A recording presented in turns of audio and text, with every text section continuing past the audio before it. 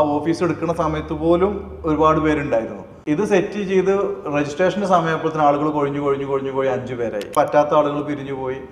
അങ്ങനെ 21 5 പേരായി. വിസിറ്റേഴ്സിനെ വിളിക്കാൻ വേണ്ടി നമ്മൾ ഫിസിക്കലി സൗത്ത് ഇന്ത്യ മൊത്തം നടന്ന് വിളിക്കുന്ന 5 പേരും രാവിലെ പകലും ഇല്ലാണ്ട് ഓടുന്നു. ഓൾറെഡി ഓൾമോസ്റ്റ് ഒരു 50 ലക്ഷം റുപ്യയുടെ അടുത്ത് ഞങ്ങൾ ഇൻവെസ്റ്റ് ചെയ്ത് കഴിഞ്ഞിരുന്നു. 50 ലക്ഷം റുപ്യ ഇൻവെസ്റ്റ് ചെയ്തിട്ട് 2 ലക്ഷം റുപ്യ ബാങ്കിൽ ബാലൻസ് ഉള്ളൂ.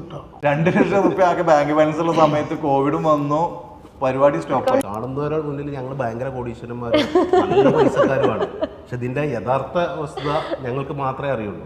പ്രോഫിറ്റബിൾ അല്ലാതെ നിൽക്കുമ്പോൾ പോലും ഞങ്ങളെ ഇടയിലുള്ള പ്രോബ്ലംസും ഈഗോ ഒക്കെ അവിടെ നടക്കുന്നുണ്ട്. ഞങ്ങൾക്ക് അഡ്വാൻസ് എന്ന ആളുകളൊക്കെ ഞങ്ങൾ ഒരിടത്തേക്ക് വിളിച്ചു വരുത്തിയിട്ട് അവരോട് ചോദിച്ചു, ഇനി ഞങ്ങൾ എന്താ ചെയ്യേണ്ടത്, നമ്മൾ ഡേറ്റ് ഇവിടുന്ന് കാണാറ് കയ്യിൽ നിന്ന് പോകുന്ന അവസ്ഥയിൽ നമ്മൾ അത്രയും പോലും പ്രതീക്ഷിച്ചില്ല. ഏകദേശം 8000-ലധികം ആളുകൾ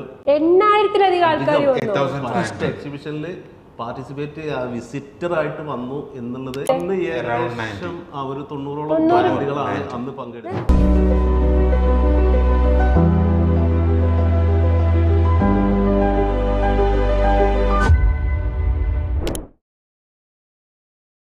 നമസ്കാരം, ഞാൻ അന്ന സൂസൻ. സ്പാർക്കിന്റെ സ്പാർക്കുള്ള ഒരു അടിപൊളി എപ്പിസോഡിലേക്ക് ഹാർദമായ സ്വാഗതം. എല്ലായ്പ്പോഴും സ്പാർക്കിന്റെ ഹോട്ട് സീറ്റിൽ കഥ പറയാനിരിക്കുന്നത് 1 അല്ലെങ്കിൽ 2 ഇല്ലെങ്കിൽ 3 അല്ലേ? അത്രയും സംരംഭകരൊക്കെയാണ് വന്നിരിക്കാറുള്ളത്. അവരുടെ സംരംഭത്തെ പറ്റിയും അവരുടെ ബ്രാൻഡിനെ പറ്റിയും കഥ പറയാനായിട്ട്. പക്ഷേ ഇന്ന് എൻ്റെ ഒപ്പം സ്പാർക്കിന്റെ ഹോട്ട് സീറ്റിൽ കഥ പറയാനിരിക്കുന്നത് 5 പേരാണ്. 5 സുഹൃത്തുക്കളാണ്.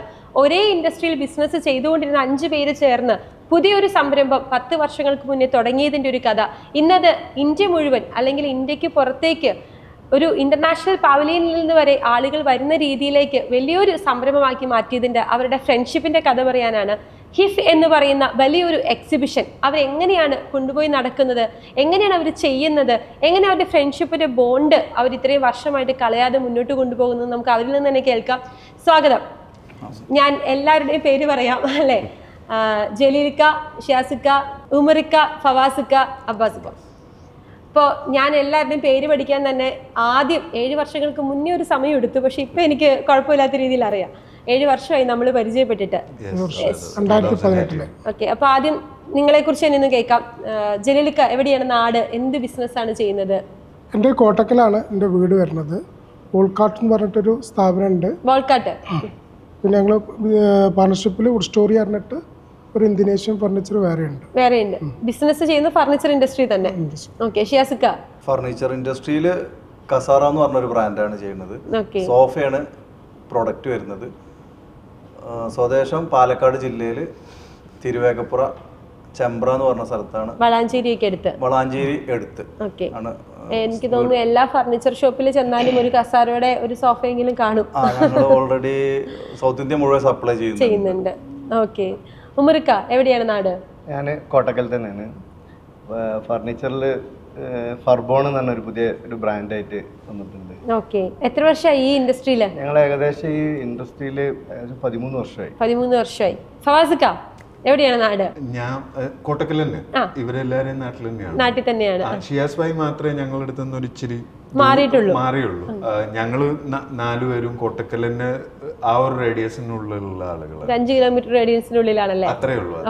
അങ്ങനെ ഞങ്ങള് ഈ ഫർണിച്ചർ ഇൻഡസ്ട്രിയിൽ ആയതുകൊണ്ട് തന്നെ ഞങ്ങൾ എല്ലാവരും ഉള്ള ബന്ധം അവിടെ നിന്നാണ് സ്റ്റാർട്ട് ചെയ്യുന്നത്. ഇക്ക ഫർണിച്ചർ ഇൻഡസ്ട്രിയിൽ എന്ത് ബിസിനസ് ചെയ്യുന്നത്? ആക്ച്വലി 2017 ആയപ്പോഴേക്കും എന്റെ മാനുഫാക്ചറിങ് പ്രോസസ് ഞാൻ നിർത്തി വെച്ചിട്ടുണ്ട്. സോഫ നൈന എന്നുള്ള ഒരു അതായിരുന്നു ഞാൻ ചെയ്തിരുന്നത്. പക്ഷെ എല്ലാ ആളുകൾക്കും എല്ലാം പറ്റില്ല എന്നുള്ള ഒരു കേസില്ലേ. മാനുഫാക്ചറിങ് വളരെ സൊഫിസ്റ്റിക്കേറ്റഡ് ആയ ഒരു സാധനമാണ്. അപ്പോൾ അത് എൻ്റെ ഒരു ഏരിയ എന്ന് പറഞ്ഞാൽ മാർക്കറ്റിംഗ്, കൺസൾട്ടൻസി, ഇങ്ങനെയുള്ള ഒരു പ്രോസസ്സാണ് എനിക്ക് കൂടുതൽ ഇഷ്ടം. അതിലേക്ക് തിരിഞ്ഞു. യെസ്. അപ്പൊ ട്രേഡിങ്ങും പിന്നെ അതുപോലെ തന്നെ മാനുഫാക്ചേഴ്സിനെ ഹെൽപ്പ് ചെയ്യണ കൺസൾട്ടൻസി, അങ്ങനെ എല്ലാം കൂടിയായിട്ട് പോണു. ഒരു ഓൾ ഇൻ ഓൾ ആണ്. ഓക്കെ, അബ്ബാസിക്ക, കോട്ടക്കല് തന്നെ. കോട്ടക്കല് ഒരുമിച്ചാണ്. ഏതാണ് ബ്രാൻഡ്? ആഫ്കോ. ട്രേഡിംഗ് ആണ്. ട്രേഡിംഗ്, മാനുഫാക്ചറിംഗ് ഉണ്ട്. ഓക്കെ, അപ്പൊ ഷിയാസിക്കലിലേക്ക് വരട്ടെ. നിങ്ങൾ 5 പേരും ശരിക്കും പറഞ്ഞ കോമ്പറ്റീറ്റേഴ്സ് ആണ്. നിങ്ങൾ 5 പേരുടെ എന്നിട്ട് എങ്ങനെ അങ്ങോട്ടും ഇങ്ങോട്ടും എങ്ങനെ സെറ്റായി ഒരു ബിസിനസ്സിലേക്ക് വന്നു? അത് മുന്നേ ഒരേ ഫീൽഡ് ബിസിനസ് ചെയ്യുന്ന ആളുകൾ ഒരു ശത്രുത മനോഭാവത്തിലായിരുന്നു മുന്നൊക്കെ ഉണ്ടായിരുന്നത്. ഇപ്പോഴത്തെ തലമുറകൾ ബിസിനസ്സുകാർ ശരിക്കും അങ്ങനത്തെ ശത്രുത ഇല്ല. ഇപ്പോൾ ഞങ്ങളെല്ലാവരും ഏകദേശം ഫർണിച്ചർ ഫീൽഡാണ്, ഒരേ മാതിരത്തെ പ്രൊഡക്റ്റ് സപ്ലൈ ചെയ്യുന്ന ആളാണ്. ഞാൻ ഓൾറെഡി സോഫ മാനുഫാക്ചർ ചെയ്യുന്നുണ്ട്, ജലീൽ ഭായ് സോഫ മാനുഫാക്ചർ ചെയ്യുന്നുണ്ട്, ഉമർ ഭായ് ചെയ്യുന്നുണ്ട്, അബ്ബാസ് ഭായ് ചെയ്യുന്നുണ്ട്, എല്ലാവരും സോഫ മാനുഫാക്ചർ ചെയ്യുന്നുണ്ട്. ഒരു ഷോപ്പിൽ തന്നെ ചിലപ്പോൾ ഞങ്ങളെല്ലാവരും പ്രൊഡക്റ്റ് അവിടെ ഉണ്ടായിരിക്കും. ഞങ്ങൾ ഓൾറെഡി നല്ല കോമ്പറ്റീറ്റേഴ്സ് ആണെങ്കിൽ കൂടി ഞങ്ങൾ തമ്മിൽ അങ്ങനത്തെ ഒരു മത്സരമില്ല. പ്രൊഡക്റ്റുകൾ തമ്മിൽ മത്സരം ഉണ്ടായിരിക്കും. പിന്നെ മാർക്കറ്റിങ് ചിലപ്പോൾ ഞങ്ങൾക്ക് ചില ഷോപ്പിൽ നിന്ന് ഓർഡർ കുറവായിരിക്കും, ചിലപ്പോൾ ജലീൽ ഭായ് കൂടുതൽ ഓർഡർ കിട്ടുന്നുണ്ടാവും, അടുത്ത ഷോപ്പിൽ നിന്ന് ഞങ്ങൾക്കായിരിക്കും കൂടുതൽ ഓർഡർ. ഞങ്ങളതിനെ പറ്റിയിട്ട് ചിന്തിക്കണില്ല. ഞങ്ങൾക്ക് കുറേ സ്പെസിഫിക് മോഡലുകളുണ്ട്, ഉമർ ഭായ്ക്ക് വേറെ മോഡലുകളുണ്ട്. അവരെ പ്രൊഡക്റ്റും അവരെ മോഡലായിട്ട് അവർ പോകുന്നു, ഞങ്ങൾ മോഡലായിട്ട് പോകുന്നു. ബിസിനസ് ശരിക്കും ഞങ്ങളൊരു ഓപ്പണായിട്ട് ചിന്തിക്കുന്ന കുറച്ച് ആൾക്കാരാണ്. അതുകൊണ്ട് ഞങ്ങൾക്ക് എല്ലാവർക്കും ഞങ്ങളുടേതായിട്ടുള്ള കച്ചവടമുണ്ട്. ഞങ്ങൾ തമ്മിലൊരു കോമ്പറ്റീഷനോ അങ്ങനത്തെ ഒരു ഈഗോ കാര്യങ്ങളോ ഒന്നുമില്ല. അതുകൊണ്ട് തന്നെയാണ് ഞങ്ങൾ ഇങ്ങനത്തെ ഒരു പ്ലാറ്റ്ഫോമിക്ക് വന്നത്. എന്നിട്ട് നിങ്ങൾ എന്താ ചെയ്തത്? നിങ്ങൾ 5 പേരുടെ ചേർന്നാണ് തുടങ്ങുന്നത്. എന്താണ് തുടങ്ങിയത്? ഏത് വർഷമാണ് തുടങ്ങുന്നത്? എങ്ങനെയാണ് ഇതിനൊരു ഫസ്റ്റ് ഒരു ടോക്ക് ഉണ്ടാവുമല്ലോ, അതെങ്ങനെയാണ് ഉണ്ടാവുന്നത്? ഇത് ഫസ്റ്റ് ഒരു 10 വർഷം മുമ്പേ, ഇപ്പം നമ്മളൊക്കെ ഫർണിച്ചർ ഫീൽഡിൽ ഏകദേശം 15-20 വർഷത്തിൻ്റെ മേലായി ഇപ്പോൾ ഫർണിച്ചർ ഫീൽഡിൽ വന്നിട്ട്. ഈ ഫർണിച്ചർ ഫീൽഡിൽ നമ്മൾക്ക് പുതിയ മോഡലുകൾ അപ്ഡേഷനും കാര്യങ്ങളൊക്കെ കിട്ടണമെങ്കിൽ നമ്മൾ ഇന്ത്യയിൽ ഇങ്ങനത്തെ വലിയൊരു എക്സിബിഷൻ ഇല്ല, ഫിനിഷ്ഡ് ഫർണിച്ചറിൻ്റെ എക്സിബിഷൻ ഇല്ല. അപ്പോൾ നമ്മൾ എക്സിബിഷനൊക്കെ കാണുകയാണെങ്കിൽ ആദ്യമൊക്കെ നമ്മൾ പോയിരുന്നത് മലേഷ്യയിലായിരുന്നു. മലേഷ്യയാണ് നമ്മൾ അടുത്തുള്ള നമുക്ക് ഏറ്റവും പെട്ടെന്ന് പോയി വരാൻ പറ്റുന്നതും വലിയൊരു ഫർണിച്ചറിൻ്റെ നമ്മൾ പോയി നോക്കി കണ്ടിരുന്നത്. മിഫ് എന്ന് പറയും, മലേഷ്യൻ ഇൻ്റർനാഷണൽ ഫർണിച്ചർ ഫെയർ. അതിന് ഞങ്ങളൊരു വർഷം ആദ്യം പോയി. അപ്പോൾ അത് കണ്ട് അവിടെയുള്ള കുറേ മോഡലും കാര്യങ്ങളൊക്കെ ഇൻസ്പയർഡ് ആയിട്ട് ഞങ്ങൾ ഇവിടെ കുറേ ഡെവലപ്മെൻറ്റ് ചെയ്തു. പ്രൊഡക്റ്റൊക്കെ മാറി, ആദ്യം ലോക്കലായിട്ട് ചെയ്യുന്ന പ്രൊഡക്റ്റൊക്കെ മാറി കുറച്ച് ഇൻ്റർനാഷണൽ സ്റ്റാൻഡേർഡുള്ള പ്രൊഡക്റ്റുകൾക്ക് ഓൾറെഡി നമ്മളത് കാണുമ്പോഴാണ് നമുക്ക് ഐഡിയ കിട്ടുന്നത്. അങ്ങനെ ഞങ്ങൾ മാറി നല്ല പ്രൊഡക്റ്റൊക്കെ ഡെവലപ്പ് ചെയ്തു. പക്ഷേ ഇതിനൊരു മാർക്കറ്റ് കണ്ടെത്തണമല്ലോ. നമ്മൾ കുറേ പ്രൊഡക്റ്റ് ഉണ്ടാക്കിയിട്ട് മാത്രം കാര്യമില്ലല്ലോ. ഇത് ആളുകൾക്ക് കൊണ്ടുപോയി കാണിച്ചു കൊടുക്കാൻ പറ്റുന്ന പ്രൊഡക്റ്റും അല്ല. വലിയ ഫർണിച്ചർ നമുക്ക് കൊണ്ടുപോയി കാണിച്ചു കൊടുക്കാൻ പറ്റില്ല. ഒരു 20 മോഡൽ സോഫ ഉണ്ടെങ്കിൽ നമുക്ക് എല്ലാവർക്കും കൊണ്ടുപോയി കാണിക്കാൻ പറ്റില്ല. അപ്പോൾ ഇത് എക്സിബിറ്റ് ചെയ്യാൻ ഞങ്ങൾക്കൊരു അവസരമില്ല, ഒരു വേദി ഇല്ല. അപ്പോൾ ഞങ്ങൾ ഇതേമാതിരി ഫേസ് ചെയ്യണ പ്രശ്നങ്ങളുള്ള ആൾക്കാരൊക്കെ പാടെ കൂടി. തുടക്കത്തിൽ ഞങ്ങൾ 5 പേര് മാത്രമായിരുന്നില്ല, ഞങ്ങൾ ഏകദേശം ഒരു 21 പേരുണ്ടായിരുന്നു. 21 പേരുള്ള ഫർണിച്ചർ മാനുഫാക്ചേഴ്സ്, സമാന ചിന്താഗതിക്കാരെല്ലാവരും കൂടിയിട്ട് ഞങ്ങളൊരു വാട്സപ്പ് ഗ്രൂപ്പ് ക്രിയേറ്റ് ചെയ്ത് അതിൽ ആശയങ്ങൾ പങ്കുവെച്ച് ഞങ്ങൾ കോഫി ഷോപ്പിൽ മീറ്റ് ചെയ്തു. ചിലപ്പോൾ ചില ആളുകൾ വീട്ടിൽ ഞങ്ങൾ മീറ്റ് ചെയ്തു. അങ്ങനെ കാര്യങ്ങളൊക്കെ സംസാരിച്ച് ഏകദേശം നമുക്കൊരു എക്സിബിഷൻ നടത്തണം എന്നുള്ള ഒരു പ്ലാന് കാര്യങ്ങളൊക്കെ എത്തി. അങ്ങനെ ഓരോ ചർച്ചകൾ ആയി വന്നു. കുറേ കഴിഞ്ഞ സമയത്ത് ഇതിൻ്റെ ഫിനാൻഷ്യലായിട്ടുള്ള ആവശ്യങ്ങളൊക്കെ വരുമ്പോൾ കുറച്ച് ആളുകൾ പിന്നെ പിന്നോട്ട് പോയി. പിന്നെ അത് ഒരു പുതിയ സംരംഭം നടത്തുകയാണല്ലോ. അപ്പോൾ ഒരുപാട് ആളുകൾക്ക് പല ആശയങ്ങളുണ്ടാവും. അപ്പോൾ ചില ആശയങ്ങൾ പറ്റാത്ത ആളുകൾ പിരിഞ്ഞു പോയി. അങ്ങനെ 21 ഉള്ളത് 15 അത് 10 7 പിന്നെ ലാസ്റ്റ് അത് 5 പേരായി. പിന്നെ ഞങ്ങൾ 5 പേരായി 10 വർഷമായിട്ട്. വാട്സ്ആപ്പ് ഗ്രൂപ്പിൽ ഒരു പ്രൈവറ്റ് ലിമിറ്റഡ് കമ്പനി രജിസ്റ്റർ ചെയ്യണ സമയം എത്തിയപ്പോഴത്തേന് 5 പേരെ ഉണ്ടായുള്ളൂ. അപ്പൊ നിങ്ങൾ ഫസ്റ്റ് ഇവന്റ് ചെയ്യുന്നതിന് മുന്നേ പ്രൈവറ്റ് ലിമിറ്റഡ് കമ്പനി രജിസ്റ്റർ ചെയ്തു? ഞങ്ങളൊരു ഓഫീസ് എടുത്തു. ആ ഓഫീസ് എടുക്കുന്ന സമയത്ത് പോലും ഒരുപാട് പേരുണ്ടായിരുന്നു. അന്ന് തന്നെ ഞങ്ങൾക്ക് ഓൾറെഡി ഒരു 21 പേരും ഓഫീസിന്റെ സമയത്തൊക്കെ ഒരുപാട് ആളുകളുണ്ട്. ഞങ്ങൾ ഓൾറെഡി 21 ആളുകൾക്ക് ഇരിക്കാനുള്ള വലിയ കോൺഫറൻസ് ടേബിൾ സെറ്റ് ചെയ്തിരുന്നു. 21 ചെയറും 21 വലിയൊരു ടേബിളും വെച്ചിട്ട് ഞങ്ങൾ വലിയൊരു ഓഫീസ് തുടങ്ങിയിട്ടാണ് ഞങ്ങൾ ഇതിലേക്ക് ഇറങ്ങി തിരിച്ചത്. ആ ഓഫീസ് എന്ന് പറഞ്ഞാൽ അപ്പോൾ നമ്മൾ സുഹൃത്തായിട്ടുള്ള അബ്ബാസ് ഭായ് ഫവാസ് ഭായ് കൂടി വേറൊരു പർപ്പസിന് വേണ്ടിയിട്ട് ഒരു ഓഫീസ് അവർ മേക്ക് ചെയ്തായിരുന്നു. അപ്പോൾ അവരിങ്ങനെ നമുക്കൊരു ആശയം എന്ന് പറഞ്ഞാൽ ഞങ്ങൾ ഓഫീസ് നമുക്ക് ഇതിനു വേണ്ടി ഉപയോഗിക്കാമെന്ന് പറഞ്ഞു. അങ്ങനെ ഞങ്ങൾ ആ വലിയ ഓഫീസ് എല്ലാവരും ഫർണിച്ചർ ഫീൽഡിലുള്ളതല്ലേ, അപ്പോൾ ഞങ്ങൾ ഫർണിച്ചറും കാര്യമൊക്കെ ഇട്ടത് സെറ്റ് ചെയ്തു. ഇത് സെറ്റ് ചെയ്ത് രജിസ്ട്രേഷന്റെ സമയപ്പോഴത്തേന് ആളുകൾ കൊഴിഞ്ഞു 5 പേരായി. 5 പേരിൽ ഒതുങ്ങി. ഇപ്പോൾ ഞങ്ങൾ ഓൾറെഡി പ്രൈവറ്റ് ലിമിറ്റഡ് രജിസ്ട്രേഷൻ ചെയ്യാൻ വേണ്ടി തീരുമാനിച്ചു. ഇതിൽ വലിയൊരു സാധ്യത ഉണ്ട്. കാരണം ഇത് നിർബന്ധമാണ്. ഞങ്ങളൊരു കമ്മ്യൂണിറ്റിയിൽ ഇങ്ങനെ ഒരു ഇവന്റ് നിർബന്ധമാണ്. കാരണം ഈ ആളുകൾക്ക് വർഷത്തിൽ ഈ പ്രൊഡക്റ്റുകൾ പരിചയപ്പെടുത്തി കൊടുക്കണമല്ലോ. അപ്പോൾ ഇത് കണ്ടിന്യൂ ആയിട്ട് ഇപ്പോൾ ഓൾറെഡി ഞങ്ങൾ 2, 3, 4 വർഷങ്ങളിൽ മലേഷ്യയിലൊക്കെ എക്സിബിഷന് പങ്കെടുത്ത്, പിന്നെ ചൈനയിലുള്ള എക്സിബിഷന് പോയി, ഞങ്ങൾ ഇന്തോനേഷ്യയിൽ പോയി, വിയറ്റ്നാമിൽ പോയി. ഇതൊക്കെ പോയി കാണുമ്പോൾ ഇതിനൊക്കെ അത്രയും ആളുകളുണ്ട് ഇത് കാണാൻ. ഇത് അവരൊക്കെ ഒരു വർഷത്തേക്കുള്ള ബിസിനസ് ഉണ്ടാക്കുന്നത് ഈ ഒരു എക്സിബിഷനാണ്. ഞങ്ങൾക്കിത് നിർബന്ധമാണ് ഇങ്ങനെ ഒരു ഇവന്റ് ഉള്ളത്, ആവശ്യം. അങ്ങനെ നിങ്ങൾ 5 പേരുടെ അങ്ങനെ ഞങ്ങൾ 5 പേരും കൂടി ഇന്നലെ ഫവാസിക്കയിലേക്ക് പോട്ടെ. അങ്ങനെ 5 പേരുടെ ചേർന്ന് ഒരു സംരംഭം തുടങ്ങുകയാണ്. എന്ത് പേരിട്ടു? ആക്ച്വലി പേരിടാൻ ബുദ്ധിമുട്ടില്ലായിരുന്നു എന്നുള്ളതാണ് ഏറ്റവും വലിയ സത്യം. പേരിടാൻ ബുദ്ധിമുട്ടില്ല എന്നുള്ളതല്ല, കാരണം എന്ത് പേര് എന്നുള്ളത് ഭയങ്കര ചർച്ച നടന്നുകൊണ്ടിരിക്കുക. അപ്പോൾ ഫസ്റ്റ് ഷിയാസ് ഭായി പറഞ്ഞ പോലെ തന്നെ മലേഷ്യൻ ഇന്റർനാഷണൽ ഫർണിച്ചർ ഫെയർ, അത് നമുക്ക് കുറച്ചും കൂടി എക്കണോമിക്കലി ഫീസിബിൾ ആണ് പോയി വരാൻ മലേഷ്യ. അപ്പോൾ എല്ലാവരും കൂടുതൽ കണ്ടിട്ടുള്ളത് മലേഷ്യൻ മിഫാണ്. അപ്പോ ഞാൻ മിഫ് കണ്ടിട്ടുണ്ട്, ഞാൻ സിഫ് കണ്ടിട്ടുണ്ട്, Chinese international furniture fair, Vietnam international furniture fair, Indonesian international furniture fair. But അവരതിനെ അങ്ങനെയല്ല പ്രൊണൗൺസ് ചെയ്യുക, അത് വേറൊരു രീതിയിലാണ് പറയുക. പക്ഷെ അതും ഇന്റർനാഷണൽ ഫർണിച്ചർ ഫെയർ തന്നെയാണ് ലാസ്റ്റ് വരുന്നത്.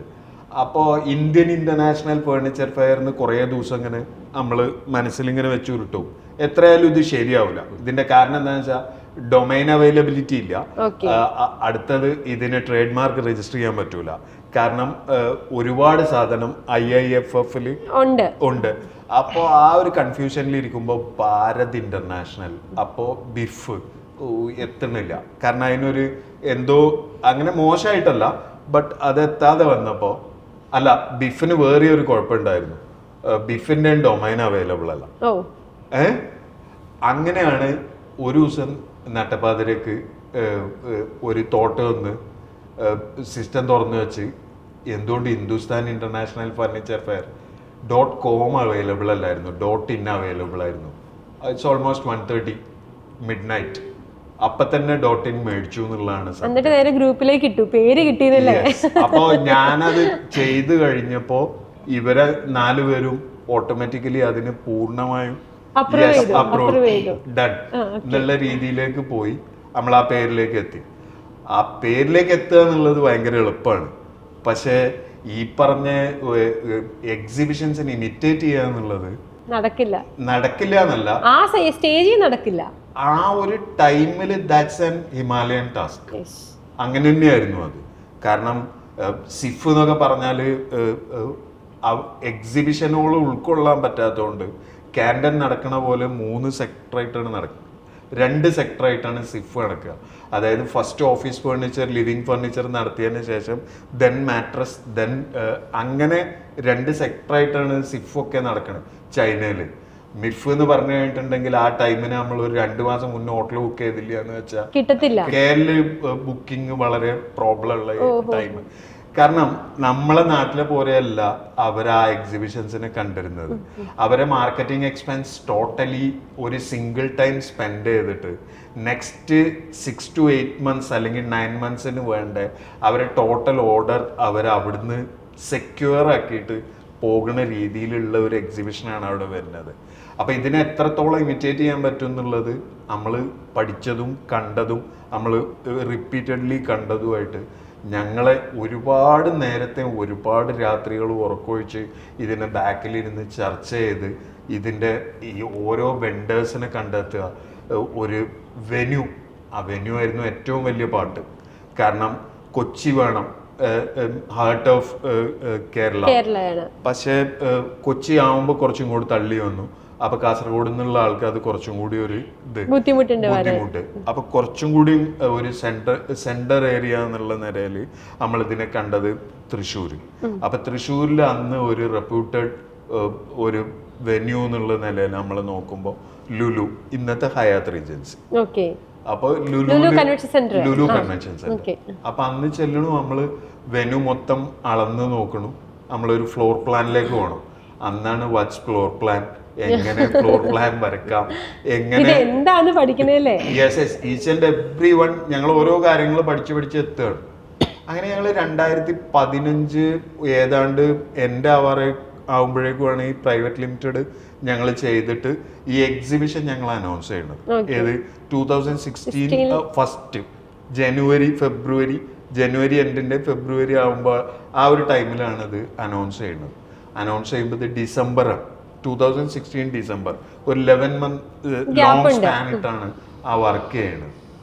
പക്ഷെ സത്യം പറഞ്ഞിട്ടുണ്ടെങ്കിൽ നമ്മളെല്ലാ വർക്കും തീർക്കണ്, നമ്മൾ എക്സിബിറ്റർ ഓൺ ബോർഡ് ആണ്, വിസിറ്റേഴ്സിനെ വിളിക്കാൻ വേണ്ടി നമ്മൾ ഫിസിക്കലി സൗത്ത് ഇന്ത്യ മൊത്തം നടന്ന് വിളിക്കണ 5 പേരും രാവും ഇല്ല പകലും ഇല്ലാണ്ട് ഓടണ്.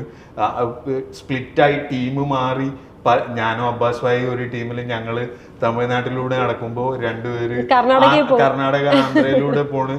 അപ്പൊ ആ നേരത്തെ ജലീൽ ഭായി നാട്ടിൽ നിന്ന് ബാക്കി ഫില്ലാവാനുള്ള എക്സിബിറ്റേഴ്സിനെ ഫില്ല് ചെയ്തുകൊണ്ടിരിക്കുന്നു. വെണ്ടേഴ്സുമായിട്ട് കോർഡിനേഷന് വേണ്ടി പോയടത്തുനിന്ന് തിരിച്ചു വരുന്നു, വീണ്ടും മീറ്റിംഗ് കഴിഞ്ഞാൽ തിരിച്ച് അങ്ങോട്ട് തന്നെ പോകണം. ഇങ്ങനെ ഫുള്ളി ഒരു ഹറിബറി പ്രോസസ്സിലാണ് ഇതെല്ലാം നടന്നു പോണത്. അപ്പൊ അങ്ങനെ നിങ്ങള് സൗത്ത് ഇന്ത്യ മുഴുവൻ കറങ്ങി, ആന്ധ്ര, കർണാടക, തമിഴ്നാട്, കേരളം എല്ലായിടത്തും കറങ്ങി ഒരു ഡാറ്റാബേസ് ഒക്കെ ഉണ്ടാക്കി, എല്ലാരെയും പോയി വിളിച്ചു അല്ലെ, ഇവന്റ് നടക്കുവാന്ന് പറഞ്ഞു. എന്നിട്ട് പിന്നെ എന്തായിരുന്നു 2016 നിങ്ങളുടെ റിസൾട്ട് എന്തായിരുന്നു അബ്ബാസ് ഭായ്? 2016 ഞങ്ങളുടെ ആദ്യത്തെ എക്സിബിഷന്റെ തുടക്കമാണ്. അതും ഏറ്റവും പ്രധാനപ്പെട്ട ലൊക്കേഷൻ ആയ ലുലു ഇന്റർനാഷണൽ കൺവെൻഷൻ സെന്ററിൽ വെച്ച് നടത്താൻ പറ്റി എന്നുള്ളത് ഏറ്റവും നല്ലൊരു അച്ചീവ്മെന്റ് ആയിട്ടാണ് ഞങ്ങൾക്ക്. കാരണം ഞങ്ങളെപ്പോലൊരു സാധാരണക്കാര് അത്തരം ഒരു വെന്യൂ പോയി എടുക്കുകയും അവിടെ വെച്ച് ഇത്രയും നല്ലൊരു ഇവന്റ് നടത്തുക എന്നുള്ളത് വളരെ പോസിറ്റീവ്, എന്താ പറയാ, പിച്ച് നോക്കിയോ ഇത് സത്യമാണോ? അങ്ങനെയൊക്കെ ഒരുപാട് പക്ഷേ 2016 അന്ന് ഞങ്ങൾ ഉദ്ദേശിച്ചത് വളരെ ഭംഗിയായിട്ട്, കാരണം ഞങ്ങൾക്ക് നല്ല പേടിയും ബേജാറും എല്ലാം ഉണ്ടായിരുന്നു. കാരണം തുടക്കമാണ്, എവിടെയെങ്കിലും ഒന്ന് പണി പാളിയിട്ടുണ്ടെങ്കിൽ മൊത്തം കയ്യിൽ നിന്ന് പോകുന്ന അവസ്ഥയാണ്. കാരണം അത്രയും ഞങ്ങളൊക്കെ കയ്യിലുള്ള പൈസ ഒക്കെ ഇട്ട് അങ്ങനെ പൈസ ഇട്ടും എല്ലാവരും ആ രൂപത്തിൽ കൊണ്ട് നടന്നിട്ട് എന്തെങ്കിലും ഒരു മൈനസ് പാളിച്ച വന്നിട്ടുണ്ടെങ്കിൽ അത് ഞങ്ങളെല്ലാവരെയും വളരെയധികം ബാധിക്കുന്ന ഒരു വലിയൊരു വിഷയമായിട്ട് വരുന്നൊരു കാര്യമാണ്. പക്ഷേ എന്തോ ദൈവാനുഗ്രഹം, പടച്ചോൻ്റെ ഒരു വല്ലാത്ത കാവൽ. ഞങ്ങൾ ഉദ്ദേശിച്ചിലേറെ അന്ന് നമ്മൾ അത്രയും പോലും പ്രതീക്ഷിച്ചില്ല. ഏകദേശം 8,000-ലധികം ആളുകൾ, 8,000 ഫസ്റ്റ് എക്സിബിഷനിൽ പാർട്ടിസിപ്പേറ്റ് വിസിറ്റർ ആയിട്ട് വന്നു എന്നുള്ളത്. എത്ര ബ്രാൻഡുകൾ ഉണ്ടായിരുന്നു എക്സിബിറ്റേഴ്സ് ആയിട്ട്? അന്ന് ഏകദേശം 90-ഓളം ബ്രാൻഡുകളാണ് അന്ന് പങ്കെടുത്തത്. നിങ്ങള് ഇത്രയും നാള് കൊണ്ട് 5 പേരൂടെ ചേർന്ന് 8,000 പേരെ കൊണ്ടുവന്നു. ഇത് ഒരു വർഷത്തിന്റെ മുകളിലുള്ള വർക്കിംഗ് ആണ് ഇതിന്. കാരണം എക്സിബിഷൻ അനൗൺസ് ചെയ്തിട്ട് ഒരു വർഷത്തോളം സമയമുണ്ട്. ഈ ഒരു വർഷം കൊണ്ട് ഞങ്ങൾ സൗത്ത് ഇന്ത്യ മൊത്തം ട്രാവൽ ചെയ്യണം. അത് കഴിഞ്ഞിട്ട് മഹാരാഷ്ട്രയുടെ ഭാഗമൊക്കെ ഇൻവൈറ്റ് ചെയ്യാൻ വേണ്ടി ഞങ്ങൾ പോവാണ്. സ്റ്റാളുകൾ വേണം.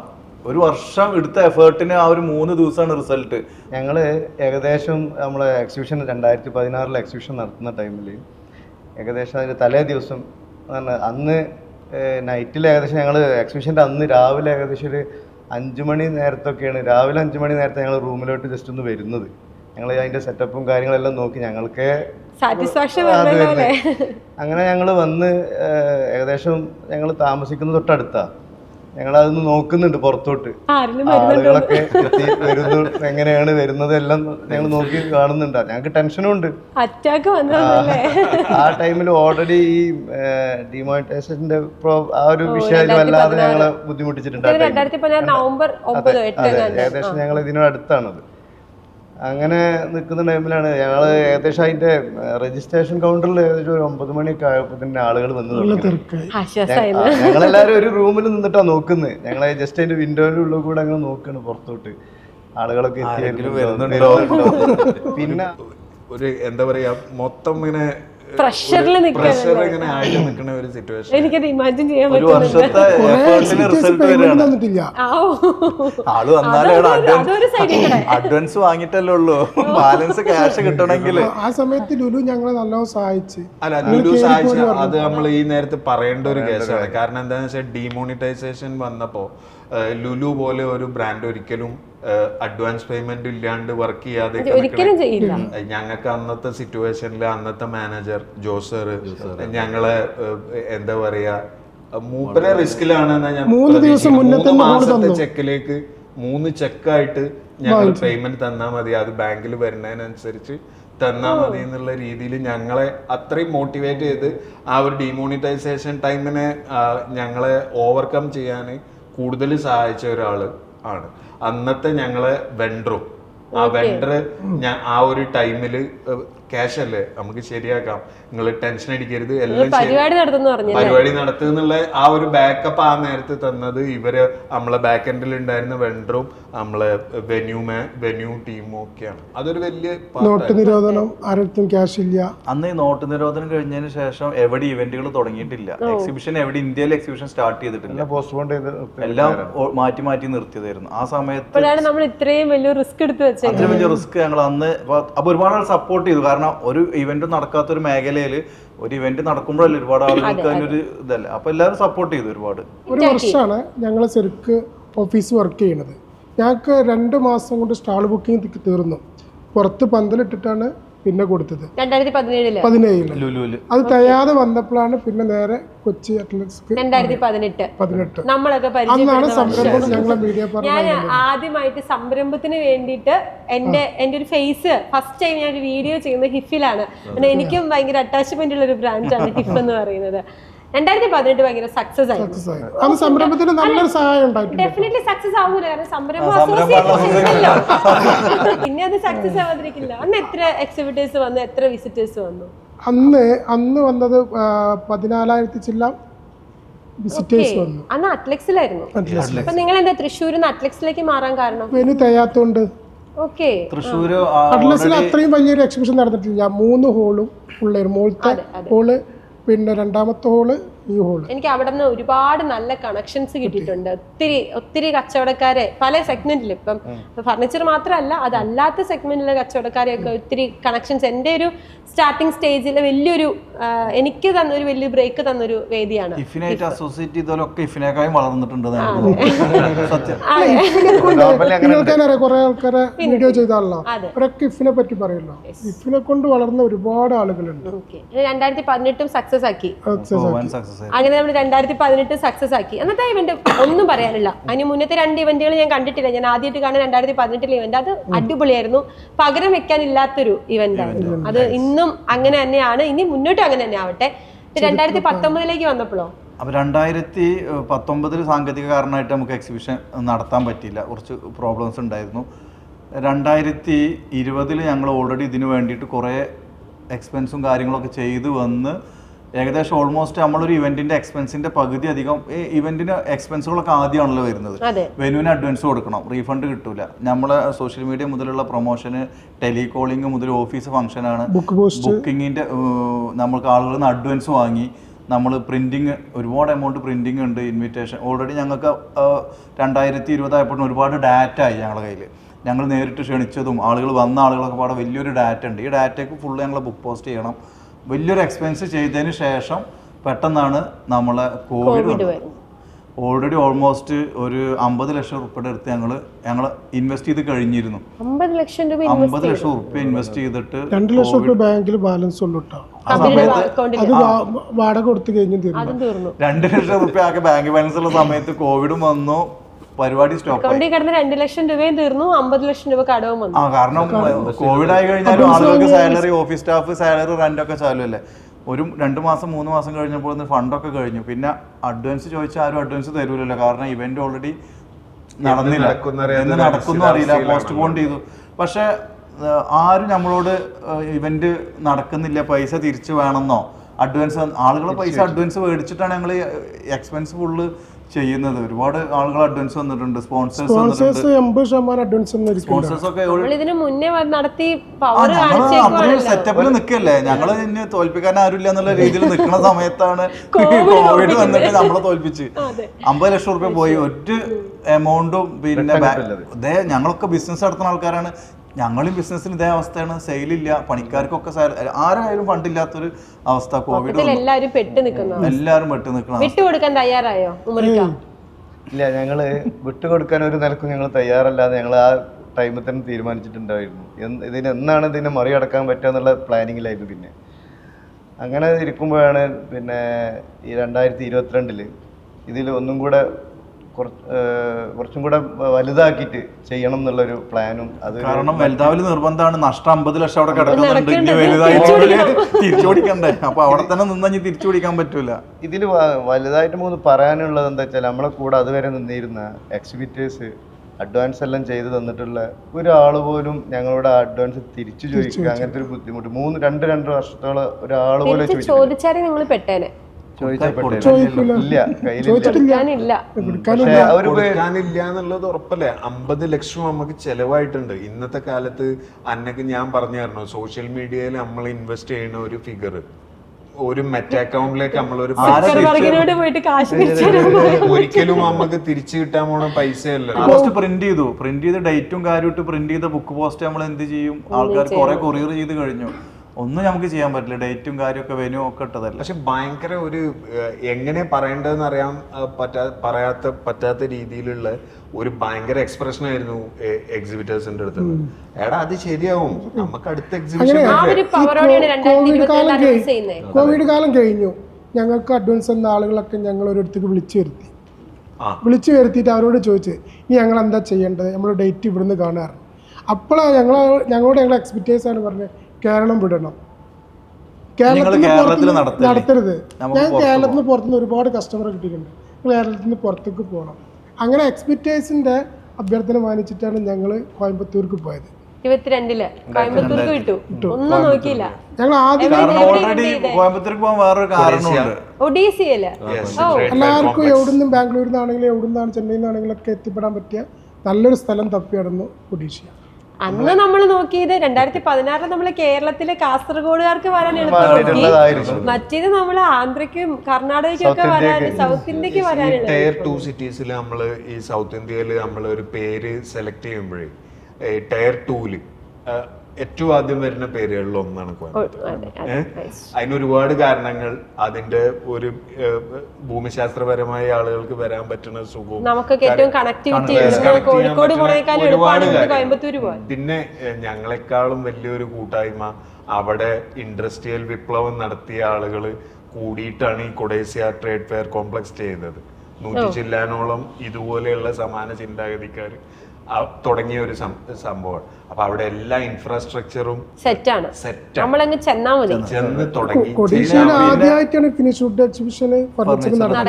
പിന്നെ ഞങ്ങൾക്ക് അവിടെ ഒരു ഇതുണ്ടായത് എന്താ വെച്ചാൽ, ഇവിടെ ഉള്ള വെന്യൂ ഓൾറെഡി അഡ്ലക്സിൽ ഞങ്ങൾ നടത്തിയ സമയത്ത് അവിടെ ഫുൾ ഏരിയ ഞങ്ങൾ എടുത്തിരുന്നു. അവിടെ നമ്മൾ എക്സിബിറ്റേഴ്സ് ഒതുങ്ങിയിരുന്നില്ല. കാരണം കേരളത്തിലുള്ളതിനേക്കാൾ വലിയ കൺവെൻഷൻ സെന്ററാണ് കോയമ്പത്തൂരുള്ളത്. അപ്പോൾ നമ്മുടെ നഷ്ടം നികത്തണമെങ്കിൽ ഒന്നും കൂടി വലിയ വെന്യൂക്ക് പോയി തോന ആളുകൾ വന്നാലാണ് നടക്കത്തുള്ളൂ. കാരണം തിരിച്ചു പിടിച്ചോന്ന് വെച്ചാൽ ഞങ്ങൾക്ക് കടം കിട്ടാൻ പറ്റി ആ പ്രാവശ്യത്തെ ഞങ്ങളെ ഹാർഡ് വർക്ക് കൊണ്ട്. കാരണം അത്രയും ബാധ്യത ഇവിടെ കിടക്കുകയല്ലോ. കാരണം ഇവര് ഈ പൈസ തന്നു, അത് ഞങ്ങൾ ഓൾറെഡി ചിലവാക്കി കഴിഞ്ഞു. അപ്പോൾ ബാലൻസ് പൈസ മാത്രം അവരുടെ നിന്ന് വാങ്ങി ഞങ്ങൾ ഹാർഡ് വർക്ക് ചെയ്തപ്പോൾ ആ പ്രാവശ്യം ഉണ്ടായ ലോസ് ആ ഒരു 2022 ഞങ്ങൾക്ക് നികത്താൻ കഴിഞ്ഞു. സെറ്റായി. ഇപ്പൊ എനിക്ക് 2022-23 ഒക്കെ ഹെഡ് ചെയ്ത് ജലീലിക്കാണ്. പിന്നെ 2023 ഞങ്ങൾക്ക് എന്തെങ്കിലും ഒരു, ഇപ്പോൾ ഞങ്ങൾ ഇത്രയും കഷ്ടപ്പെട്ട് വർക്ക് ചെയ്ത് എന്തെങ്കിലും ഒരു പ്രോഫിറ്റ്. കാരണം കാണുന്നവരുടെ മുന്നിൽ ഞങ്ങൾ ഭയങ്കര കോടീശ്വരന്മാരും നല്ല പൈസക്കാരുമാണ്. പക്ഷെ ഇതിന്റെ യഥാർത്ഥ വസ്തുത ഞങ്ങൾക്ക് മാത്രമേ അറിയുള്ളൂ. 2023 പക്ഷെ ഞാൻ പറയും, നിങ്ങൾ കോടീശ്വരനാണ് ഏത് ആസ്പെക്റ്റിലാണെന്നറിയോ? നിങ്ങളുടെ കയ്യിലെ ഡാറ്റാബേസ്, വലിയൊരു ഡാറ്റാബേസ്. നേരത്തെ ചോദിച്ച ചോദ്യമില്ലേ, എങ്ങനെ നിങ്ങൾ ഇത്രയും ഫ്രീ ആയിട്ട് ഈഗോ ഒന്നും അടിക്കാണ്ട് ഇങ്ങനെ ഒരു ഗ്രൂപ്പിനെ കൊണ്ടുനടക്കണമെന്നുള്ള ചോദ്യം ചോദിച്ചില്ലേ? ഇപ്പൊ അബ്ബാസ് ഭായി പറഞ്ഞത് 2023 ഞങ്ങൾക്ക് എന്തെങ്കിലും ഒന്ന് ബാക്കിയ. അപ്പൊ ഇത് ഒരു ഭയങ്കര പ്രോഫിറ്റബിൾ അല്ലാതെ നിൽക്കുമ്പോഴും ഞങ്ങളെ ഇടയിലുള്ള പ്രോബ്ലംസും ഈഗോ ഒക്കെ അവിടെ നടക്കുന്നുണ്ട്. പക്ഷെ എന്നാ പോലും എന്തോ by the grace of God എപ്പോഴും ഇത് സോർട്ട് ആവുമായിരുന്നു. ഗ്രൂപ്പിൽ തല്ലൊക്കെ നടന്നാൽ പോലും, എന്തെങ്കിലും പ്രശ്നങ്ങളൊക്കെ നടന്നാൽ പോലും അറ്റ്ലാസ്റ്റ് പഠിച്ചവൻ അങ്ങനെ വിചാരിച്ചിട്ടുണ്ടാവും ഞങ്ങൾ 5 പേരും കൂടുതൽ. പിന്നെ ഓൾമോസ്റ്റ് ഒരു ഡിസിഷൻ മേക്കിങ്ങിലേക്ക് പോകുമ്പോൾ അത് വളരെ സിമ്പിൾ ആയിരുന്നു. ഇപ്പൊ ഈവൻ ഞങ്ങൾ 5 പേരും ഒരേ കളറിൽ ഡ്രസ്സും പാന്റും ഇട്ടിട്ടാണല്ലോ ഈ ഇരിക്കണത്. ഒരാള് മേടിച്ചത് ഞങ്ങൾ 5 പേരും ഒരാളാണ് പോയി മേടിച്ചത്. ഗ്രൂപ്പിൽ ജസ്റ്റ് ഇട്ടിട്ട് ഇങ്ങനെ ഒരു 3-4 ഫോട്ടോ ഇടും, ഇതിനകത്ത് എന്ത് മേടിക്കാല്ലേ, ഓക്കെ സൈസ് പറഞ്ഞേക്ക്, നമുക്ക് ഇന്ന ദിവസം പ്രോഗ്രാം മറക്കണ്ട. അപ്പൊ ഇത്രേ അവിടെ നടക്കാറുള്ളൂ. അപ്പോ മറ്റേ ഇയാളാണല്ലോ ഫൈനാൻസ് കൊണ്ടു നടക്കുന്നത്. അല്ല എത്ര ഇത്രല്ലേ കുറക്കാൻ പറ്റുമോ അല്ല, ഇതായിരിക്കും ഗ്രൂപ്പിൽ വരുന്ന മെസ്സേജ് അല്ലേ? അതാണ് അത്രയും നടക്കുക. പിന്നെ ഇടയിൽ ഇപ്പോ ലോകത്ത് ഒരു മനുഷ്യനും അപ്രീസിയേഷൻ ഇഷ്ടപ്പെടാത്ത ഒരാളും ഇല്ലല്ലോ ലോകത്ത്. അന്നെ ഒരു ഭാര്യയായിട്ട്, അതായത് സംരംഭവും സ്പാർക്കും ഒക്കെ മാറ്റി വെച്ചിട്ട് അന്നെ ഒരു ഭാര്യയായിട്ട് രാവിലെ ഒരു കാപ്പി കൊണ്ടുപോയി കൊടുത്ത് ഹസ്ബൻഡ് അന്നയുടെ മുഖത്ത് നോക്കിയിട്ട് നന്നായിട്ടാ എന്ന് പറയുമ്പോ ഇത് കേൾക്കുമ്പോ കെട്ടിയും പറയും എന്റെ ഇക്ക ഞാൻ അങ്ങനെ ഒരു മൊമെന്റിന് വേണ്ടി കാത്തിരിക്കും. ഞാൻ അങ്ങനെയല്ല പറഞ്ഞത്, അങ്ങനെ ഒരു മൊമെന്റിന് വേണ്ടി കാത്തിരിക്കുകയാണെന്ന് അന്നെ പറഞ്ഞത്. അപ്പൊ ഇതന്നെയാണ് ലോകത്ത് ഓൾമോസ്റ്റ് ഒരു നല്ലൊരു ശതമാനം ആളുകളെ ആവശ്യം. അപ്രീസിയേഷൻ ഭയങ്കര ഇഷ്ടമാണ്. ഞങ്ങളുടെ നിന്ന് പറ്റിപ്പോയൊരു മാരക തെറ്ററിയോ എന്താണ്? കഴിഞ്ഞ കൊല്ലം, അതായത് ഞങ്ങൾ കഴിഞ്ഞ 2022 മുതൽ 22, 23, 24 ഈ എക്സിബിഷൻ നടത്തുന്നത് ജലീലാണല്ലോ. അപ്പൊ 2024 നല്ല ഗ്രാൻഡ് ഹിറ്റ് ആണ്, കുഴപ്പമൊന്നുമില്ല, നല്ല രീതിയിൽ കഴിഞ്ഞുകൂടി. ഞങ്ങൾ വീട്ടിലേക്കൊക്കെ തിരിച്ചെത്തി. ഗ്രൂപ്പിൽ ഒരു ചർച്ചയില്ല ഒരാഴ്ചയായിട്ട്. അപ്പൊ ഇതെന്ത് സംഭവം? കാരണം ഈ ഗ്രൂപ്പിലെ ചർച്ചകൾ ഓൾമോസ്റ്റ് സ്റ്റാർട്ട് ചെയ്യേണ്ടത് കൊണ്ടുനടക്കുന്ന ആളാണ് ജലീലാണ്. അപ്പൊ ഒരു ചർച്ചയില്ല. അപ്പൊ പേഴ്സണലി വിളിച്ചപ്പോഴാ പറഞ്ഞത് ഒരു വാക്ക്, ഒരു അപ്രീസിയേഷൻ.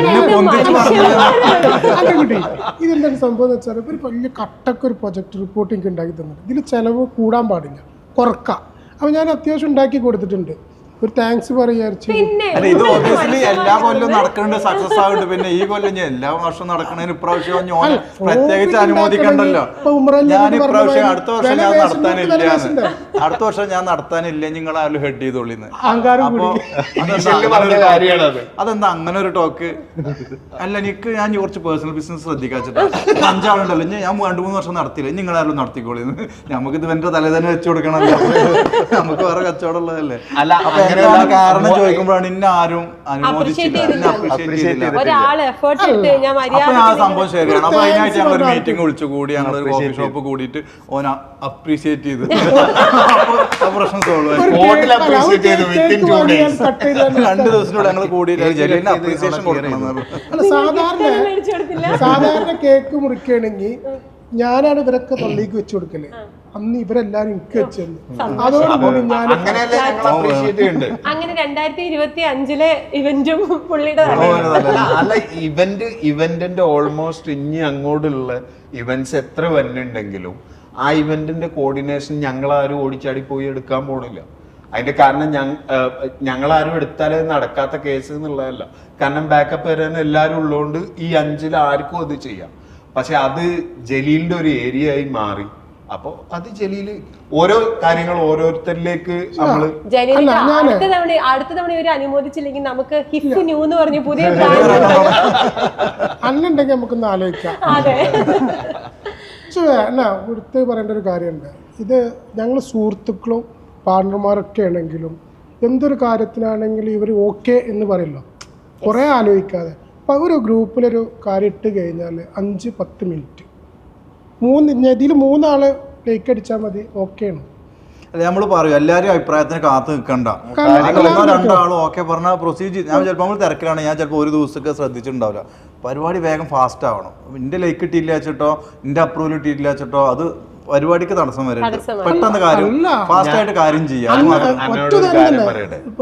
2022, 2023 ഈ 2 നേരത്തും ഓൾമോസ്റ്റ് മന്ത്ലി ബേസിസിൽ ഒരു ഫിസിക്കൽ മീറ്റിംഗ്, മാസത്തിൽ ഒരു പ്രാവശ്യം ഫിസിക്കൽ മീറ്റിംഗ് ഓഫീസിൽ നടക്കാറുണ്ടായിരുന്നു. 2024 എത്ര ഫിസിക്കൽ മീറ്റിംഗ് ഓഫീസിൽ നടന്നിട്ടുണ്ടെന്ന് എന്നൊക്കെ അറിയോ? 3 എണ്ണം. ഫൈനൽ ടൈമിലെ ഏറ്റവും ഫൈനൽ ഡിസിഷൻസ് എടുക്കേണ്ട സാധനം ഉണ്ടല്ലോ, ഇവിടെ ഇന്നത് വേണം, ഇതാണ് ഫൈനൽ. അത് ഓൾമോസ്റ്റ് ഒരു 75-80% ജലീല് പ്രിപ്പയർ ചെയ്ത് വെച്ചതിലേക്ക് ഞങ്ങളെല്ലാരും വന്ന് സിഗ്നേച്ചർ ചെയ്യുക ചെയ്തത്. അപ്പൊ ബാക്കി 100% ആയി. ട്രസ്റ്റ് ഉണ്ടായിരുന്നു. ഇപ്പത്തെ ഒട്ടുമിക്ക മീറ്റിംഗ്സും, കാരണം ഷിയാസ് ഭായി ഇപ്പോ മിഡിൽ ഈസ്റ്റിലും കൂടി ബിസിനസ് സ്റ്റാർട്ട് ചെയ്തുകൊണ്ട് മന്തിൽ ഒരു 10 ദിവസം അവിടെ ആയിരിക്കും, 20 ദിവസം ഇവിടെ. അപ്പൊ ഈ മീറ്റിംഗിന്റെ ഡേറ്റിൽ ഷിയാസ് ഭായി അധിക ടൈം ഇപ്പൊ അവിടെ. അപ്പൊ എന്താണ്ടാകുന്ന വെച്ചാൽ നേരെ ഓൺലൈനിലേക്ക് മൂവ് ചെയ്യും, ആരും ഓഫീസിലേക്ക് വരൂല. കാര്യങ്ങള് ആദ്യ ഗ്രൂപ്പിൽ അജണ്ട ഇട്ടിട്ടുണ്ടാവും. അതിനുശേഷം ഒരു ½ hour മീറ്റിംഗ് ഡൺ. അജണ്ട എല്ലാം അടുത്ത മീറ്റിംഗ് ആകുമ്പോത്തിന് ഒക്കെ ഇതാക്കിയിട്ടുണ്ടാവും. ബോർഡ് ഉണ്ട്, ആ ബോർഡിൽ ഇങ്ങനെ ടിക്ക് ചെയ്ത് ഇങ്ങനെ പോകും. ഓൾറെഡി സ്ട്രക്ചർ ആയി. ഇപ്പൊ 3 വർഷമായില്ലേ നടത്തുന്നത്. എംപ്ലോയീസ് ആയി, എല്ലാം. ഞാൻ ചോദിക്കട്ടെ, ഇപ്പോൾ നിങ്ങളുടെ അണ്ടർസ്റ്റാൻഡിങ്ങിനെ കുറിച്ച് പറഞ്ഞു, നിങ്ങളുടെ ഈഗോനെ കുറിച്ച് പറഞ്ഞു, അല്ലെങ്കിൽ നിങ്ങൾക്ക് ഉണ്ടാകുന്ന ഫീലിങ്സ് പോലും നിങ്ങൾ അങ്ങോട്ടും ഇങ്ങോട്ടും കമ്മ്യൂണിക്കേറ്റ് ചെയ്യുന്നുണ്ട്. ഇതിനപ്പുറം നിങ്ങളുടെ ഈ ഒരു കൂട്ടായ്മേനെ പിടിച്ചു നിർത്തുന്ന ഘടകം എന്താണ്? അത് മെയിനായിട്ട് പറയുകയാണെന്ന് വെച്ചാൽ അക്കൗണ്ട്സിലുള്ള സുതാര്യതയാണത്. ഞങ്ങൾ ആദ്യത്തെ 1-2 വർഷങ്ങളിലൊക്കെ ഞങ്ങൾ എല്ലാവരും കൂടി ഇൻവോൾവ് ആയിട്ട് ചെയ്തിരുന്നത്. അതിനുശേഷം ഏകദേശം ഞങ്ങൾ CRM ഇതെല്ലാം വെച്ച് ഓഫീസിൽ അതിന് പറ്റിയ നല്ല നല്ല സ്റ്റാഫുകളെല്ലാം അപ്പോയിൻമെൻറ്റ് ചെയ്ത് നല്ല വൃത്തിക്കാണ് അത് ചെയ്തുകൊണ്ടിരിക്കുന്നത്. ആർക്ക് എവിടെ നിന്ന് നോക്കിയാലും അതിൻ്റെ ഡീറ്റെയിൽ അവരുടെ മൊബൈലിൽ ജസ്റ്റ് ആപ്ലിക്കേഷൻ ഓപ്പൺ ആയി കഴിഞ്ഞാൽ അവിടെ എന്ത് നടക്കുന്നു എന്നുള്ളത് അവിടെ വരേണ്ട ഒരു ആവശ്യമില്ല. ഓക്കെ, അതന്നെയാണ് ഞങ്ങൾ തമ്മിലുള്ള ഏറ്റവും വലിയൊരു ഒരു അക്കൗണ്ട്സ് സംബന്ധമായിട്ടുള്ള ക്ലാരിറ്റിയാണ്. സുതാര്യത ഭയങ്കര വളരെ ഒരു സ്റ്റാൾ വിറ്റ് കഴിഞ്ഞ് വിൽപ്പന നടന്നു കഴിഞ്ഞാൽ CRM കാണാം. ഇന്നാണ് സ്റ്റാൾ ഊട്ടിയുറപ്പിക്കാൻ വേണ്ടിയിട്ട് ഈ 5 പേരും അങ്ങോട്ടും ഇങ്ങോട്ടും സംസാരിക്കാണ്ടിരിക്കാൻ വേണ്ടി ഒരു തേർഡ് പാർട്ടി ഓഡിറ്ററും കൂടി ഉണ്ട്. അല്ല, അതിന്റെ ഒരു ഗുണം എന്താന്ന് വെച്ചാൽ പേഴ്സണലി അതിന് ഒരു സംശയം തോന്നിക്കഴിഞ്ഞാൽ അത് അഞ്ച് പേരോട് ചോദിക്കുന്നതിന് മുന്നേ ഇതെന്താണ് ഇങ്ങനെ എന്നുള്ളത് അങ്ങോട്ടും ചോദ്യം ചോദിക്കേണ്ട ആവശ്യം വരുന്നില്ല. ഓഡിറ്റർ അത് കൃത്യമായി നമുക്ക് പറഞ്ഞ് മനസ്സിലാക്കി തന്നാൽ നമ്മളെ കാര്യം അവിടെ സോർട്ടായല്ലോ. പിന്നെ ഞങ്ങളുടെ ഇടയിൽ ഒരു ഈഗോ വർക്ക് ചെയ്യാനില്ല. അപ്പൊ ആ സാധനം ഭയങ്കരമായിട്ട് നിങ്ങൾ ഈ പറഞ്ഞ സാധനത്തിന് ഞങ്ങളെ ഹെൽപ്പ് ചെയ്തിട്ടുണ്ട്. ആ ഈഗോ വർക്ക് ചെയ്യാൻ നോക്കുക എന്നുള്ളതിന്റെ പണിയാട്ടോ. എനിക്ക് ഭയങ്കര അത്ഭുതമായിട്ട് തോന്നുന്നു. കാരണം നിങ്ങളൊരു ഒരു പ്ലാൻ ഇടുന്നു 2015, അതിന് നിങ്ങളൊരു ഓഫീസ് എടുക്കുന്നു, ഒരു വെബ്സൈറ്റ് എടുക്കുന്നു. നിങ്ങൾ ചെയ്യുന്നത് ഫ്രം ദ ബിഗിനിങ് മുതൽ ചെയ്യുന്നതെല്ലാം വലിയ വലിയ സ്പേസസിലാണ്. വളരെ ചുരുങ്ങിയ കാലം കൊണ്ട് നിങ്ങൾ തന്നെ ഒരു വലിയൊരു ബ്രാൻഡ് ഡെവലപ്പ് ചെയ്യാണ്. ഇന്ന് എത്ര എംപ്ലോയീസ് നമ്മൾ വഴി ജോലി ചെയ്യുന്നുണ്ട്? ഇതിൽ ശരിക്കും അങ്ങനെ കണക്ക് കൂട്ടുകയാണെന്നുണ്ടെങ്കിൽ ഇത് ഈ ഒരു ഇവന്റിന്റെ ദിവസം ഒരുപാട് ആളുകൾ, കാരണം ഇവന്റ് നടക്കുന്ന ഒരു ദിവസങ്ങൾ ഒരു സെറ്റപ്പ്, സ്റ്റാൾ ഇടുന്ന ആളുകൾ, അതിന്റെ പുറമെ ഇതിന്റെ ലൈറ്റിങ്, ഇതിന്റെ വയറിങ് മുതൽ കസ്റ്റമൈസേഷൻ. ആ ഹോള് എക്സിബിഷൻ തുടങ്ങുന്നതിന്റെ 2 ദിവസം മുമ്പ് ഹോളിൽ ഒരു 1000-2000 പണിക്കാരുണ്ടായിരിക്കും ഓൾറെഡി. ഈ സ്റ്റാൾ സെറ്റ് ചെയ്യണ്ടേ, കസ്റ്റമൈസ് ചെയ്യണ്ടേ, ഈ സ്റ്റാളിലുള്ള ആളുകളെ ഹയർ ചെയ്യണം എക്സിബിഷന് നിൽക്കാൻ. അതിന്റെ പുറമെ അത്രയും ആളുകൾക്ക് ജോലി കൊടുക്കുന്നതിന് പുറമെ ഞങ്ങളുടെ സ്ഥിരം സ്റ്റാഫുകളുണ്ട്. അതിന്റെ പുറമെ എക്സിബിഷന്റെ ഒരു 6 മാസം മുമ്പ് ഞങ്ങൾ ടെലികോളിംഗ് സ്റ്റാർട്ട് ചെയ്യും. അതിന് ഏകദേശം ഇപ്രാവശ്യം ഞങ്ങൾ ഏകദേശം 36 ആളുണ്ട്. 36 പേരും പല ഭാഷകൾ സംസാരിക്കുന്ന ആൾ. അതിൽ ഹിന്ദി സംസാരിക്കുന്ന ആളുകളുണ്ട്, ഇംഗ്ലീഷ് സംസാരിക്കുന്ന ആളുകളുണ്ട്, മലയാളം, തമിഴ്, തെലുങ്ക്, കന്നഡ, ഇംഗ്ലീഷ് പറഞ്ഞു അത്രയും ഭാഷ സംസാരിക്കുന്ന ആൾക്കാരെ വർക്ക് ഫ്രം ഹോമാ. അവരൊക്കെ വീട്ടിലിരുന്ന് വർക്ക് ചെയ്യുക. അതായത് ഏരിയയിൽ ഞങ്ങൾ അഡ്വർടൈസ്മെന്റ് ചെയ്തിട്ട് ഞങ്ങൾ ആളുകളെ ഹയർ ചെയ്യാണ്. അവരൊരു 5 മാസം 6 മാസമായിട്ട് ടെലികോളിംഗ്. ഏകദേശം 1 ലക്ഷത്തിന്റെ പുറത്ത് ഡാറ്റ ഉണ്ട് ഞങ്ങളതിൽ. ഫർണിച്ചർ ഇൻഡസ്ട്രിയിൽ മാത്രമുള്ള ഡാറ്റ, ഇന്ത്യ രീതിയിലുള്ള ഡാറ്റ 1 lakh പ്ലസ് ഡാറ്റ ഉണ്ട്. ഈ ഡാറ്റയൊക്കെ എല്ലാവർക്കും 2-3 തവണ എക്സിബിഷന്റെ മുമ്പായിട്ട് കോൾ ചെല്ലും. അപ്പൊ അതൊക്കെ CRM ഇവർ അപ്ഡേറ്റ് ചെയ്യും. എന്താണ് കസ്റ്റമർ പറഞ്ഞത്, അവർ വരാൻ ഇൻട്രസ്റ്റഡ് ആണോ, ഇത്ര ആൾക്കാരെ നമ്മൾ ഇൻവൈറ്റ് ചെയ്തിട്ട് അതിനാണ് നമുക്ക് ഒരു 20,000-25,000 ആൾക്കാരെ നമുക്ക് ഫിൽട്ടർ ചെയ്തിട്ട് എക്സിബിഷൻ കാണാൻ വരുന്നത്. അതിന് പുറമെ ഞങ്ങള് പിന്നെ ഡയറക്റ്റ് മാർക്കറ്റ് ചെയ്യാൻ പോകും പുതിയ ഏരിയകൾക്ക്. നമുക്കിപ്പോൾ ചില ഏരിയയിൽ നിന്ന് കസ്റ്റമർ വന്നത് കുറവാണെന്ന് നമ്മൾ സ്റ്റോൾ ഇട്ട ആളുകൾ പറഞ്ഞ ആ ഏരിയക്ക് ഞങ്ങൾ കല്യാണം വിളിക്കാൻ പോകണമാതിരി വണ്ടി എടുത്ത് പോകും. ഞങ്ങൾ അവിടെ പോയി ആളുകളെ ഡയറക്റ്റ് ഇൻവൈറ്റ് ചെയ്യും. ഇപ്പൊ നമ്മളെ കേരളത്തിലുള്ള ആളുകളെ മാതിരിയല്ല, തമിഴ്നാട്, കർണാടക ഒക്കെ ഉള്ള ആളുകൾക്ക് ഫോൺ വിളിച്ചാലൊന്നും ചിലപ്പോൾ അവർ വരൂല. അവർ ഡയറക്റ്റ് ഇൻവൈറ്റ് ചെയ്ത് കഴിഞ്ഞാൽ അവർക്ക് അത് റെസ്പെക്ട് ആണ്. ഞങ്ങളിപ്പോ തമിഴ്നാട്ടിൽ നിന്ന് കഴിഞ്ഞ പ്രാവശ്യം ഞങ്ങൾ സ്ഥിരം വരുന്ന ഒരു കസ്റ്റമർ കഴിഞ്ഞ പ്രാവശ്യം വന്നില്ല. അപ്പൊ നമ്മൾ സ്ഥിരം വരുന്ന ഏരിയക്ക് ചിലപ്പോൾ അങ്ങ് ഡയറക്റ്റ് ഇൻവൈറ്റ് ചെയ്യാൻ പോകില്ല. അവർ വരുമല്ലോ വിചാരിക്കും, വിളിച്ചു പറയും, ടെലികോളിംഗ് ഉണ്ടാവും. അപ്പൊ ആ ഒരു കസ്റ്റമർ ടെലികോളിംഗ് വിളിച്ചപ്പോൾ ഒരു ലേഡിനോട് പറയാണ്, ഇന്നെ ഫസ്റ്റത്തെ 3 എഡിഷനിൽ അവർ എല്ലാ പാർട്ട്ണർമാരും ഡയറക്റ്റ് ഇന്നെ വന്ന് ഇൻവൈറ്റ് ചെയ്തു. ഇപ്പൊ എന്നെ ഇൻവൈറ്റ് ചെയ്യാത്തതുകൊണ്ട് ഞാൻ കഴിഞ്ഞ വർഷം വന്നിട്ടില്ല, ഞാൻ ഇപ്രാവശ്യം വരൂല. ഞങ്ങൾ നേരിട്ട് പോയി, ഞങ്ങൾ എല്ലാവരും വണ്ടി എടുത്ത് ചെന്നൈയിൽ പോയി ആളെ ചെന്നൈയിൽ പോയി ആളെ കണ്ട് സംസാരിച്ച്, ആളെ അവിടുത്തെ ഒരു അസോസിയേഷന്റെ ഒരാൾ കൂടി. അപ്പൊ ആൾ കുറച്ച് പ്രായമുള്ള ആളാണ്. അപ്പൊ അവിടെയുള്ള ആളുകൾക്ക് അവർ നമ്മളെ ഇഷ്ടപ്പെടണം, അതുകൊണ്ടാണ് പറയേണ്ടത്. അപ്പൊ അവർക്ക് തോന്നുകയാണ് നമ്മൾ അവരെ അവോയ്ഡ് ചെയ്തോന്ന്. ആദ്യമൊക്കെ നമ്മൾ നേരിട്ട് വിളിച്ചു, ഇപ്പൊ നമ്മള് ഫോണിൽ കൂടെ വിളിച്ച് പറഞ്ഞാൽ ഞാൻ പോവില്ല എന്നുള്ള ചിന്ത. അങ്ങനെയുള്ള കുറെ ആളുകളെ നമ്മൾ ചില ഏരിയകളൊക്കെ നമ്മൾ നേരിട്ട് തന്നെ പോയി ക്ഷണിക്കുന്നുണ്ട്. ബുക്ക് പോസ്റ്റും ഉണ്ട്, അത് ചെയ്യുന്നുണ്ട്. പുതിയ ഏരിയകൾക്കൊക്കെ ഇപ്പോൾ ഞങ്ങൾ ഡയറക്റ്റ് പോയി. ഈ വർഷത്തെ ഇവന്റ് എവിടെയാണ് നടക്കുന്നേ? കോയമ്പത്തൂർ കൊടീസിയിൽ തന്നെ. എന്നാ? ഈ സെപ്റ്റംബർ 20, 21, 22. ഓക്കെ. എന്താണ് ഇനി ഹിഫിന്റെ ഒരു ഫ്യൂച്ചർ നിങ്ങൾ കാണുന്നത്? ഹിഫിന്റെ ഫ്യൂച്ചർ ആക്ച്വലി ഞാൻ പറഞ്ഞില്ലേ, ഞങ്ങളൊരു ആ ഒരു അൺഓർഗനൈസ്ഡ് സെക്ടറിലെ ഒരു ട്രാൻസ്ഫോർമേഷൻ ആയിരുന്നു ആക്ച്വലി ഹിഫിലൂടെ നമ്മൾ നടത്തിയത്.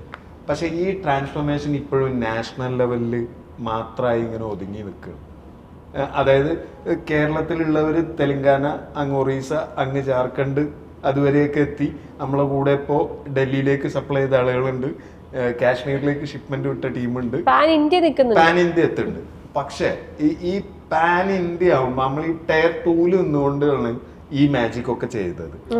ഈ ടയർ 2 നിന്നിട്ട് ഈ പാൻ ഇന്ത്യ മാജിക് നമ്മൾ ഇതെല്ലാം ചെയ്തെടുത്തത്. അതിന്റെ പേരിലാണ് ടയർ 2 ഏറ്റവും നല്ല എക്സിബിഷന്റെ അവാർഡ് എക്സിബിഷൻ ഇൻഡസ്ട്രി ഞങ്ങൾക്ക് ഈ വർഷം കഴിഞ്ഞ വർഷം ഞങ്ങൾ തന്നെ അത് മേടിച്ചെടുത്തിട്ടുണ്ട്. ഇന്ത്യയിലെ ഫിനിഷ്ഡ് ഫർണിച്ചർ എക്സിബിഷനിലെ ഏറ്റവും നല്ല എക്സിബിഷൻ ഹിഫാണ്. അതിന് ഓൾ ഇന്ത്യ എക്സിബിഷൻ അസോസിയേഷൻ കഴിഞ്ഞ വർഷവും ഇപ്പൊ 2ാമത്തെ വർഷവും ഞങ്ങളാണ് തെരഞ്ഞെടുത്തത്. ഈ വർഷം ഞങ്ങളെ തെരഞ്ഞെടുക്കുന്നത് ക്യാഷല്ല, അത് വലിയൊരു അംഗീകാരമാണ്. ഇവന്റുകൾ നടക്കുന്നതിന്റെ ഇടയിൽ നിന്ന് ഞങ്ങളെ തെരഞ്ഞെടുക്കണ്ടേ? അല്ല, അതിന് നേരത്തെ പറഞ്ഞ ഈഗോ ഉണ്ടല്ലോ, അതവിടെ വർക്ക് ചെയ്തു. ഞങ്ങൾ അവാർഡിന്റെ കാര്യം ഞങ്ങൾ കിട്ടുന്നുള്ള അറിയില്ല. ഞങ്ങൾ അപ്പുറത്ത് കോഫി അടിച്ചാണ് ഇരിക്കുമ്പോൾ ഇഫിന്റെ പേര് പറയുന്നത്. അപ്പൊ ഞങ്ങൾ സ്റ്റേജിൽ പോയി വാങ്ങി. ബാക്കി 3 ആളില്ല.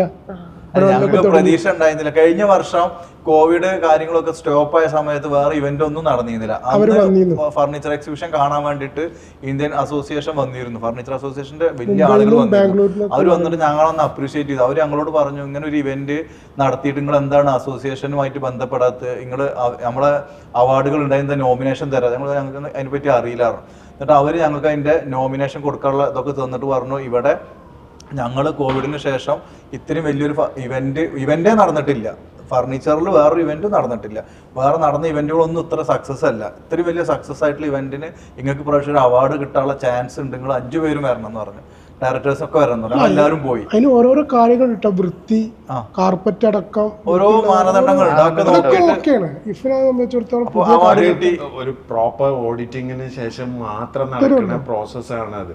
ആ ഓഡിറ്റിങ്ങിൽ ഈച്ച് ആൻഡ് എവറി പാർട്ട്, എത്ര സ്ക്വയർ മീറ്റർ ഉണ്ടായിരുന്നു, സെല്ല് ചെയ്ത സ്ക്വയർ മീറ്റർ എത്ര, ടോട്ടൽ ഏരിയ എത്രയാണുള്ളത്, എത്ര വിസിറ്റേഴ്സ് വന്നു, ഫ്രം വേർ വിസിറ്റേഴ്സ് വന്നിട്ടുണ്ട്, ഒരുപാട് കാര്യങ്ങൾ ഓഡിറ്റ് ചെയ്തിട്ട് അതിൽ നിന്ന് ഫൈനലി ഇതിന് ശേഷം ഈ വർഷം അല്ലാത്ത അതിന് മുന്നത്തെ വർഷം നമുക്ക് അവാർഡ് കിട്ടുമ്പോൾ നമ്മൾ ലൈവ് ഡെമോയും കൂടി കൊടുത്തിട്ട് ആ ലൈവ് ഡെമോക്ക് ഫ്രണ്ടിൽ ജൂറി ഇരുന്നതിന് ശേഷം നമ്മളെ വീഡിയോയും കൂടി കണ്ട് ഈ വീഡിയോക്ക് ഒരാൾ 3 മിനിറ്റ് കണ്ടിന്യൂസ്ലി നമ്മൾ ഡെമോൺസ്ട്രേഷൻ കൊടുത്ത് അവരെ ചോദ്യങ്ങൾക്ക് ഉത്തരം പറഞ്ഞ് സ്റ്റേജിൽ നിന്നിട്ടാണ് നമുക്ക് ആ അവാർഡിലേക്ക് നമ്മൾ എത്തിയത്. അത്രയും പ്രോസസ്. 2ാമത്തെ വർഷം ഞങ്ങൾ പ്രതീക്ഷിച്ചില്ല, കാരണം നാട് മൊത്തം എക്സിബിഷൻ ഓണായി.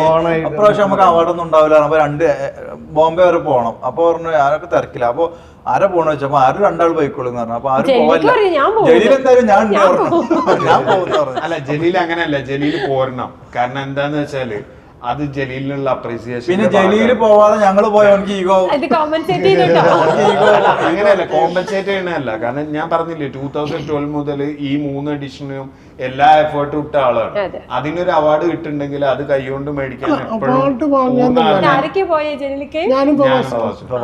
ഞങ്ങൾ ഒരുവിധം എക്സിബിഷനുകളൊക്കെ പങ്കെടുക്കാറുണ്ട്. ഒരുവിധ എക്സിബിഷനുകളൊക്കെ കാണുമ്പോൾ പുതിയ പുതിയ ഐഡിയകൾ കിട്ടും.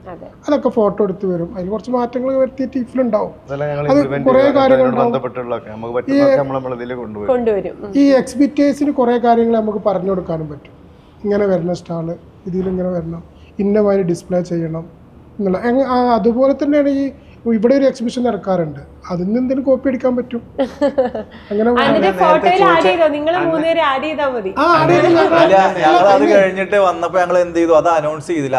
അവാർഡ് കിട്ടിയതൊന്നും ഞങ്ങൾ ഫോട്ടോ ഫേസ്ബുക്കിൽ അവർ അതുകൊണ്ട് ഇവിടെ വന്നിട്ട് ഞങ്ങൾ ഇവിടെ ഒരു പാർട്ടി നടത്തി. ഞങ്ങൾ അത് അനൗൺസ് ചെയ്തു. എങ്ങനെയാന്ന് വെച്ചാല് ചോദിച്ച വിഷനില്ലേ, കഴിഞ്ഞ വർഷം ഈ കാര്യങ്ങളൊക്കെ പറയണില്ലേ, ഈ കാര്യങ്ങളൊക്കെ പറയുന്നെങ്കിൽ പോലും ഞങ്ങൾ എക്സാക്ട് വിഷനിലേക്ക് ഞങ്ങൾ പോകുമ്പോൾ ഈ ടയർ 2 നിന്ന് നമ്മൾ നാഷണലിനെ കവർ ചെയ്തു എന്ന് പറഞ്ഞില്ലേ, അപ്പൊ നമ്മൾ ടയർ 1 ഫ്ലിപ്പ് ചെയ്യുമ്പോൾ നമുക്ക് ഇന്റർനാഷണലിനെ കവർ ചെയ്യാൻ കുറച്ചും കൂടി എളുപ്പമായിരിക്കും. അപ്പോൾ ഞങ്ങളെ ഇപ്പോഴത്തെ വെന്യൂ അല്ലെങ്കിൽ ഇപ്പോഴത്തെ ഏരിയ ഒന്നും മോശമായിട്ടല്ല, പക്ഷെ മാറണം. അത് ഞങ്ങളെ മാത്രം ആവശ്യമല്ല, എക്സിബിറ്റേഴ്സിന്റെ ആവശ്യമാണ്, ഇന്റർനാഷണൽ വിസിറ്റേഴ്സിന്റെ ആവശ്യമാണ്, ഇന്റർനാഷണൽ എക്സിബിറ്റേഴ്സ് വരാനുള്ള ഒരു ആവശ്യമാണ്. അപ്പൊ ഇതിനൊക്കെ വേണ്ടി നമ്മൾ ടയർ 1 ഒന്ന് ഫ്ലിപ്പ് ചെയ്ത് നമ്മൾ അവിടെ എത്തി. നമ്മൾ ചിലപ്പോൾ ആ ഇയർ, അതായത് ടയർ 2 റേറ്റ് എന്നൊരു വലിയൊരു പെർസെൻറ്റേജിന്റെ ഡിഫറൻസ് ടയർ 1 എത്തുമ്പോൾ ഉണ്ടാവും. അപ്പൊ ആ ഒരു വ്യത്യാസമൊക്കെ നമ്മൾ കോമ്പൻസേറ്റ് ചെയ്ത് നമ്മൾ മോണിറ്ററി ബെനിഫിറ്റ് ഒന്നും ഇല്ലെങ്കിൽ പോലും നമ്മൾ നെക്സ്റ്റ് ഇയർ 2026 അങ്ങനെ പ്ലാൻ ചെയ്ത്. എവിടെയാണ് പ്ലാൻ ചെയ്യുന്നേ? നമ്മളെ നിയർ ടയർ 1 ബാംഗ്ലൂർ. ഇഫിന്റെ വളർച്ച മാത്രമല്ല എന്താണെങ്കിലും നടക്കും. ബാംഗ്ലൂരിൽ എക്സിബിഷൻ പറിച്ച് നടാൻ എളുപ്പമാണ്. പക്ഷെ ഞങ്ങൾ എക്സിബിഷൻ വളരുന്നതിന്റെ കൂടെ സപ്ലയർ കൂടി വളരണം. കാരണം ഫർണിച്ചർ മാനുഫാക്ചർ ചെയ്യുന്ന ആള് അവര് വലുതാവണം, എക്സ്പെക്ടേഷൻ വളരണം. അതെ, കാരണം എന്താ വെച്ചാല് ഇവർക്കത് കൊടുക്കാൻ പറ്റണമല്ലോ. ബാംഗ്ലൂർ എക്സിബിഷൻ ഇടുമ്പോ വരുന്നത് ചിലപ്പോൾ ഗുജറാത്തിൽ നിന്നുള്ള ആൾക്കാരോ ഡൽഹിയിൽ നിന്നുള്ള ആളുകളോ കാണാൻ വരും. അവർക്ക് പ്രൊഡക്റ്റ് അങ്ങോട്ട് എത്തിക്കാനുള്ള ഒരു കപ്പാസിറ്റി ഈ സ്റ്റാൾ ഇടുമ്പോൾ ഞങ്ങൾക്ക് വേണം. അപ്പൊ ഞങ്ങളും വളർന്നാൽ മാത്രമാണ് ഇഫും അതിന്റെ വലിയ ഇവന്റിക്ക് പോവാൻ വേണ്ടി കഴിയുള്ളൂ. കഴിഞ്ഞ പ്രാവശ്യം ഗോവയിൽ നിന്നൊക്കെ ആളുകൾ ഉണ്ടായിരുന്നു, എന്നിട്ട് അവർക്ക് സാധനം സപ്ലൈ ചെയ്യാത്ത കുറെ പരാതികൾ ഉണ്ടായിരുന്നു. അത്ര ദൂരത്ത് നമ്മളെ പരസ്യം കണ്ട് എക്സിബിഷൻ ഞാനൊരു സ്റ്റോറിന്റെ സാധനം സപ്ലൈ ഉണ്ട്, ഞങ്ങൾക്ക് അത്യാവശ്യം സ്റ്റോക്ക് ഉണ്ട്, മറ്റൊരിടത്തില്ല. ഇപ്പൊ കറണ്ട് പൊസിഷനിൽ ഗോവയൊന്നുമല്ല, ജാർഖണ്ഡ്, മധ്യപ്രദേശില്, അങ്ങനെ ഡൽഹി, എല്ലായിടത്തേക്കും കൃത്യമായിട്ട് നമ്മളെ കേരളത്തിൽ നിന്ന് സപ്ലൈ ഒരു നോർമൽ ലെവലിൽ പോയിക്കൊണ്ടിരിക്കും. കേരളത്തിൽ നിന്നല്ല കേട്ടോ, നമ്മളെ എക്സിബിറ്റേഴ്സ് ത്രൂ, അത് തമിഴ്നാട്ടിൽ നിന്നും പോണുണ്ട്, കർണാടകയിൽ നിന്നൊക്കെ നമുക്ക് എക്സിബിറ്റേഴ്സ് ഉണ്ടല്ലോ. എല്ലായിടത്തുനിന്നും ഈ സാധനം നല്ലൊരു ഫ്ലോയില് പോയിക്കൊണ്ടിരിക്കണേ. അപ്പൊ നല്ല വിഷൻ തന്നെ ഞങ്ങൾക്ക് ഉള്ളത്. പിന്നെ എല്ലാവരെയും പോലെ ഒരു എക്സിറ്റ് പ്ലാൻ മനസ്സിലും അങ്ങനെയല്ല. കാരണം എന്താന്ന് വെച്ചാൽ ഞങ്ങളൊരു ഹോം ഗ്രോൺ എന്താണ് പറയാ ബാഡ് ബോയ് ടൈപ്പ് കമ്പനി ആണല്ലോ. പക്ഷെ ഞങ്ങളൊരു ബ്രാൻഡ് ബിൽഡ് ചെയ്തിട്ടുണ്ട്. ഇന്നത്തെ സിറ്റുവേഷനിൽ multinational event management companies, organisers ഉണ്ടല്ലോ, അവരെ പോർട്ട്ഫോളിയോയിൽ ഇല്ലാത്തൊരു സാധനമാണ് ഞങ്ങളെ ഈ സെക്ടർ. ഈ പേര്, ഇത്രയും ഫെയിമും ഇത്രയും സക്സസും ആയ ഒരു സാധനം. അപ്പം ഞങ്ങൾക്കൊരു ഒരു എക്സിറ്റിനുമുള്ളൊരു സ്കോപ്പ് ഉണ്ട്. എക്സിറ്റ് കിട്ടണമെങ്കിൽ ഡെഫിനറ്റ്ലി നമ്മൾ നോട്ടബിൾ ആവണമെങ്കിൽ നമ്മൾ ടയർ 1 പോകേണ്ട ഒരു ആവശ്യം കൂടിയുണ്ട്. യെസ്, കാരണം ഇന്റർനാഷണലി ആണ് ആ ഒരു എക്സ്പോഷർ കിട്ടേണ്ടത്.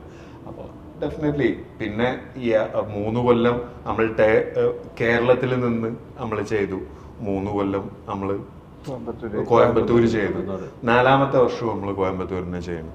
പക്ഷെ അവിടുന്ന് ഒരു ചാട്ടം എന്തായാലും നമ്മള് സ്റ്റെപ്പ് മുന്നോട്ട് വെക്കുമ്പോ അതിങ്ങനെ ഒരു ഇച്ചിരി മുകളിലേക്ക് നെക്സ്റ്റ് സ്റ്റെപ്പ് ആണെങ്കിൽ പോലും അത് പൊന്തിച്ചു വെച്ച് പോകുമ്പോ അത് വലിയൊരു റിസ്ക് ഇപ്പൊ ഇല്ല. ഞങ്ങൾ വലിയ റിസ്ക് എടുത്തു വെക്കണം, അപ്പോഴേ വളരാൻ പറ്റുള്ളൂ. കാരണം ഇപ്പൊ കംഫർട്ട് സോണിലാണ് ഞങ്ങൾ നിൽക്കുന്നത്. ഞങ്ങൾ സ്റ്റാൾ ഇടുന്നു, ഞങ്ങൾക്ക് ഒരു വേഗം സ്റ്റാൾ ഫില്ലാവുന്നു, വിസിറ്റേഴ്സ് വരുന്നു, സക്സസ് ആയി പോകണു. ഇനി അടുത്ത റിസ്ക് വെച്ച് കഴിഞ്ഞാൽ വലിയ റിസ്ക് തലയിൽ വെച്ചാൽ ചിലപ്പോൾ വലിയൊരു വളർച്ച ഇഫിനും ഉണ്ടാവും, ഞങ്ങളുടെ കൂടെ വരുന്ന എക്സിബിറ്റേഴ്സിനും നല്ലൊരു വളർച്ച ഉണ്ടാവും. അപ്പൊ എന്താണെങ്കിലും നിങ്ങൾ എത്ര കാര്യം പറഞ്ഞാലും എനിക്ക് ഭയങ്കര ഇഷ്ടപ്പെട്ട നിങ്ങളുടെ ഈ ഫ്രണ്ട്ഷിപ്പും നിങ്ങളുടെ ഈ ഒരു ബോണ്ടും നിങ്ങൾ അത് കൊണ്ടുപോയി നടക്കുന്ന രീതിയാണ്. ഈവൻ ഇപ്പം വീഡിയോയിൽ കാണിക്കാൻ പറ്റത്തില്ല, നിങ്ങളുടെ ഷൂ ഒരുപോലെയാണ്, നിങ്ങളുടെ പാൻസ് ഒരുപോലെയാണ്, നിങ്ങളുടെ ഷർട്ട് ഒരുപോലെയാണ്, നിങ്ങളുടെ കോട്ട് ഒരുപോലെയാണ്. ഹിഫിന് വന്ന എല്ലാവർക്കും നിങ്ങൾ 5 പേരും ഒറ്റക്കെട്ടാണെന്ന് അറിയാനും പറ്റും. അപ്പൊ ഈ ഒരു ബിസിനസ് ഡെഫിനറ്റ്ലി സൈഡിൽ വളരും. നിങ്ങൾ 5 പേര് ഇതുപോലെ ഒറ്റക്കെട്ടായിട്ട് ഞങ്ങൾക്ക് ഇതിൽ നന്ദി പറയാണ്ട്. ഞങ്ങളെ എക്സിബിറ്റേഴ്സ്, ഞങ്ങളെ വിസിറ്റേഴ്സ്, ഞങ്ങളൊപ്പം കട്ടക്ക് നിൽക്കുന്ന സ്പോൺസർമാർ, പിന്നെ ഇവന്റ് ചെയ്യുന്ന ആളുകൾ, സോഷ്യൽ മീഡിയ ചെയ്യുന്ന ആളുകൾ, ഇവരൊക്കെ ഞങ്ങളൊപ്പം ഒറ്റക്കെട്ടാണ്. സംരംഭം എന്റെ ഓർമ്മ ശരിയാണെങ്കിൽ 2018 ഞങ്ങളെ പോസ്റ്റർ കയറിയാണ്. ഇന്നേ വരെ ഞങ്ങളെ മീഡിയ പാർട്ട്ണർ എന്നുള്ള പോസ്റ്റർ ഒന്നും ഇറങ്ങിയിട്ടില്ല. അതുപോലെ തന്നെ നമ്മുടെ ഓഫീസിൽ വർക്ക് ചെയ്യുന്ന നമ്മുടെ അപ്പൊ എല്ലാ കാര്യം അവരാണ് കോർഡിനേറ്റ് ചെയ്യുന്നത്. സ്റ്റാൾ വെക്കല് കാര്യങ്ങളൊന്നും നമുക്കിപ്പോ വലിയൊരു ഹെഡ് ഏക്ക് ഇല്ല. അവരും വെൻഡേഴ്സിനായിട്ട് പരിചയമായി, എക്സിബിറ്റേഴ്സിനായിട്ടൊക്കെ അവര് നമ്മളെയൊക്കെ നല്ല കമ്മ്യൂണിക്കേഷൻ ആണ് ഇപ്പൊ അവര്. അപ്പോൾ ഈ ഒരു ബിസിനസ് നിങ്ങൾ ഒറ്റക്കെട്ടായിട്ട് തന്നെ നിന്ന് മുന്നോട്ട് പോകട്ടെ. ഒരുപാട് പേർക്ക് ഓപ്പർച്യൂണിറ്റി ഉണ്ടാക്കാൻ ഇതുവരെ ഹിഫിന് സാധിച്ചിട്ടുണ്ട്. അപ്പോൾ മുന്നോട്ടും നിങ്ങൾ അസോസിയേറ്റ് ചെയ്യുന്ന എക്സിബിറ്റേഴ്സിന് അവർക്ക് വളരാനുള്ള വലിയൊരു പ്ലാറ്റ്ഫോം ആവട്ടെ ഹിഫ്. ഇപ്പം നിങ്ങൾ എക്സിറ്റ് പ്ലാൻ എടുത്താലും നിങ്ങളുടെ ഒരു ഫ്രണ്ട്ഷിപ്പ് ഇങ്ങനെ തന്നെ മെയിൻറ്റെയിൻ ചെയ്ത് തന്നെ മുന്നോട്ട് പോകട്ടെ. പുതിയ പ്രൊജക്ട്സ് നിങ്ങൾ 5 പേരുടെ കൂട്ടായ്മയിൽ നിന്ന് ഉണ്ടായി വരട്ടെ എന്ന് ആഗ്രഹിക്കുന്നു, ആശംസിക്കുന്നു. അന്നും ഇന്നും എല്ലാ കാലത്തും സംരംഭവും ഞാനും രംഗവും പേഴ്സണലി നിങ്ങളുടെ കൂടെ ഉണ്ടാവും. അപ്പൊ എല്ലാവിധ ആശംസകളും, അടുത്ത ഇവന്റിലേക്കുള്ള ആശംസകൾ ഇപ്പോഴേ നേരുന്നു. Date September 20, 21, 22 CODISSIA convention centre Coimbatore. അപ്പം എന്താണെങ്കിലും അവിടെ വെച്ച് നമുക്ക് കാണാം. അപ്പൊ നമ്മുടെ പ്രേക്ഷകരെ കൂടി ഇൻവൈറ്റ് ചെയ്യാണ് ഇവന്റിലേക്ക്. അടിപൊളി ഇവന്റ്, എന്താണെങ്കിലും പങ്കെടുക്കണം കേട്ടോ. B2B നമ്മുടെ പ്രേക്ഷകരെല്ലാവരും തന്നെ കച്ചവടക്കാരാ, കുഴപ്പമില്ല. അപ്പൊ എന്താണെങ്കിലും എല്ലാവിധ ആശംസകളും നേരുന്നു. Thank you so much.